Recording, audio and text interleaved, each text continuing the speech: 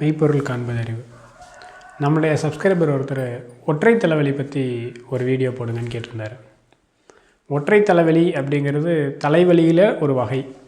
முதல்ல தலைவலி ஏன் வருது, அதனுடைய அறிவியல் பின்புலம் என்ன அப்படிங்கிறத நம்ம தெளிவாக பார்த்துடலாம். இந்த உடம்பில் ஏற்படக்கூடிய எல்லா பிரச்சனைகளுக்கும் வெப்பமும் குளிர்ச்சியும் சமநிலை மாறுபடுவதால் அதீத பிரச்சனைகள் வருது. நம்மளுடைய முந்தைய வீடியோஸ் எல்லாம் பார்த்துக்கிட்டே இருக்கோம். இந்த தலைவலி அப்படிங்கிறது வெப்ப மிகுதியால் வரக்கூடியது. எப்படி வெப்ப மிகுதியால் சொல்கிறோம் அப்படின்னா, இன்றைக்கி நம்ம சாப்பிடக்கூடிய உணவு முறை, நம்மளுடைய உலகம் இருக்கக்கூடிய கால சூழ்நிலை, நம்மளுடைய எண்ண ஓட்டங்கள், இது எல்லாமே வெப்பத்தை அதிகப்படுத்தக்கூடிய வகையிலேயே அமைஞ்சிருக்கு. அப்போ இந்த உடல்லையும் வெப்பம் அதிகமாகும் பொழுது தலைவலி வருது. சரி, இந்த வெப்பம் அதிகமாவதால் எப்படி தலைவலி வருதுன்னு ரொம்ப எளிமையான ஒரு விஷயம் பார்ப்போம். வெப்பத்தினுடைய தன்மை எல்லாத்துக்குமே தெரியும். வெப்பம் மேல் நோக்கி ட்ராவல் பண்ணக்கூடிய தன்மை உள்ளது. அதே போல் வெளிநோக்கி, அதாவது ப்ராடனாக செயல்படக்கூடிய ஒன்று வெப்பம். இப்போ இந்த உடலில் வெப்பம் அதிகமாகும் பொழுது இந்த உடலுக்குள்ளாக இருக்கக்கூடிய வெப்பம் இந்த உடலுக்குள்ளேயே ட்ராவல் பண்ணிக்கிட்டு இருக்கும். அப்போ வெப்பம் ஜாஸ்தி ஆகும்போது மேல் நோக்கி ட்ராவல் பண்ணும். அப்போ உடம்புலையே மேல் இருக்கக்கூடிய பகுதி தலை, அந்த தலையை போய் முட்டும்.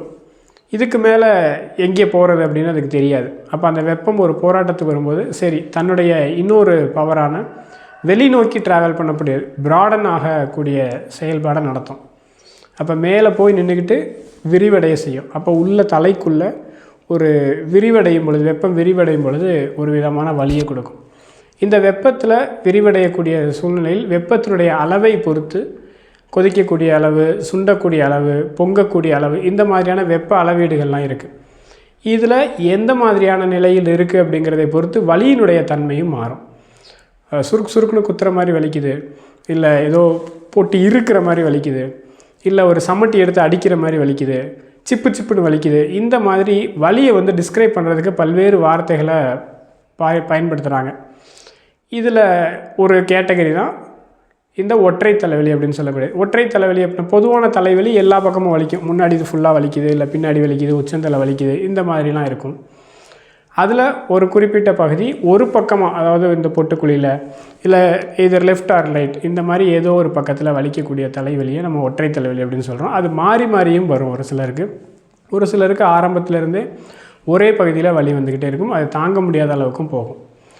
இந்த ஒற்றை தலைவலி வர்றதுக்கான காரணம் என்ன அப்படின்னு பார்த்தோம்னா, இந்த உடலில் வெப்பமும் குளிர்ச்சியும் அப்படின்னு பார்த்தோம். இன் யாங் அப்படின்னு பார்க்குறோம். வெப்பம் அதிகமாகுது அப்படின்னா அதில் நம்ம புரிஞ்சிக்க வேண்டியது என்ன அப்படின்னா, குளிர்ச்சி குறையுதுன்னு நம்ம புரிஞ்சுக்கிறோம். இந்த உடலை நம்ம 6 பகுதிகளாக பிரிப்போம். மேலே கீழே வலது இடது முன்னால் பின்னால் 6 விதங்களாக பிரிப்போம். இதில் வலது பக்கம் இருக்கக்கூடியது குளிர்ச்சியான பகுதி, இடது பக்கம் இருக்கக்கூடியது வெப்பமான பகுதி. இது மருத்துவ அறிவியலின் அடிப்படையில், சீன மருத்துவத்தின் அக்குபஞ்சர் மருத்துவத்தின் அடிப்படையில் பிரிக்கக்கூடிய ஒரு வகைகள். இதில் ரைட் சைடு யாருக்கெல்லாம் தலைவலி ஜாஸ்தியாக இருக்கோ அது ரொம்ப சிவியரான மைக்ரைன், அதாவது ஒற்றை தலைவலி. என்ன காரணம் அப்படின்னா, இடது பக்கம் இருக்க வேண்டிய வெப்பம் ஜாஸ்தியாகி வலது பக்கம் இருக்கக்கூடிய நீர்த்தன்மையை, குளிர்ச்சி தன்மையை பயங்கரமாக தாக்கிக்கிட்டு இருக்கும் பொழுது உங்களுக்கு ரைட் சைடில் பெயின் வரும். இல்லை அப்படின்னால் ரெண்டும் போராட்டம் நடத்திக்கிட்டு இருக்கக்கூடிய சூழ்நிலையில், குளிர்ச்சியும் வெப்பமும் போராட்டம் நடத்தி கொண்டு இருக்கக்கூடிய சூழ்நிலையில் வெப்பத்தினுடைய கை ஓங்கி இருக்கும் பொழுது இடது பக்கம் உங்களுக்கு வலி இருக்கும். ஸோ இது ஒற்றை தலைவலிக்கான காரணம்.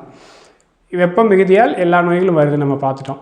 எந்த உறுப்பு பாதிக்கப்படுறதுனால எனக்கு தலைவலி வருதுன்னு கேட்டால் எல்லா உறுப்புக்கும் காரணம் இருக்குது. சின்னதாக 2-3 எக்ஸாம்பிள் பார்க்கலாம். எனக்கு சளி பிடிச்சிருக்கு அப்படின்னா தலைவலி வரும். சளி பிடிக்கிறது அப்படிங்கிறது என்னுடைய நுரையீரலை சார்ந்தது. அப்போ நுரையீரலுக்கும் தலைவலிக்குமான தொடர்பு.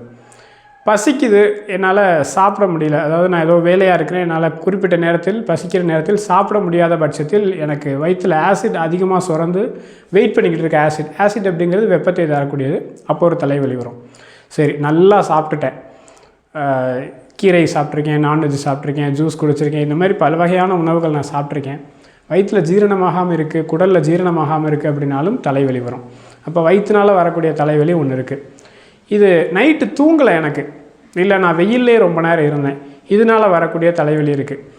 சவுண்டு அதிகமாக கேட்குறதுனால வரக்கூடிய தலைவலி இருக்குது. பிரைட்னஸ் அதிகமாக பார்க்குறதுனால வரக்கூடிய தலைவலி இருக்குது. ஸோ தலைவலி அப்படிங்கிறது பல்வேறு காரணங்களை கொண்டு வரக்கூடியது.